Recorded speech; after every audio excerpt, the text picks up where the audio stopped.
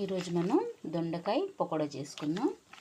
అంటే అన్నంలోకి చాలా బాగుంటుంది, చట్నీ పక్కన ఎట్టయినా చాలా టేస్ట్గా ఉంటుంది. ఇది నేను శుభ్రంగా కడిగి కట్ చేసుకుని ఇలా సన్నగా కట్ చేసి పెట్టుకున్నాను. ఇప్పుడు దీంట్లో మనం మసాలా యాడ్ చేద్దాం.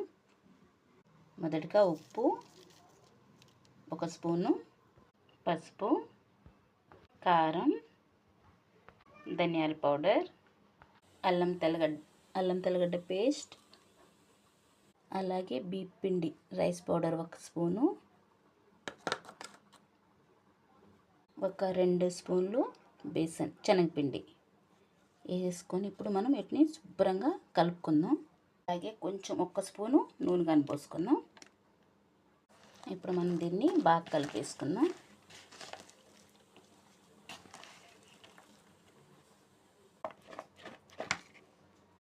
చూసారా, బాగా కలిపేసుకున్నాను. ఎక్కువ బేసన్ కాకుండా అంటే కొంచెం ఇటు కవర్ అయ్యేటట్టే మనం మసాలాలను వేసుకున్నాం.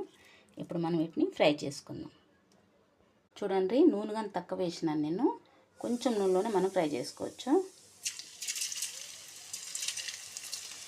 మనము శనగపిండితో కానీ బియ్యం పిండి కలిసినాం కదా, అప్పుడు ఎక్కువ పట్టుకోవన్నట్టు బాగుంటుంది, క్రిప్స్గా వస్తాయి.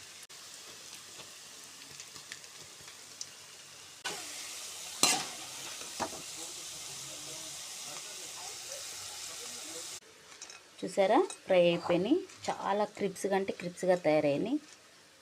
చాలా బాగుంది. మీరు తప్పకుండా ట్రై చేయండి.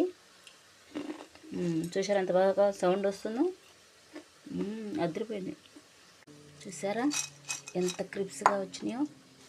ఫ్రై చేసేసినాను, చాలా బాగా వచ్చినాయి. చూద్దాం టేస్ట్ ఎలా ఉందో. జబర్దస్త్ వచ్చింది, చాలా బాగుంది.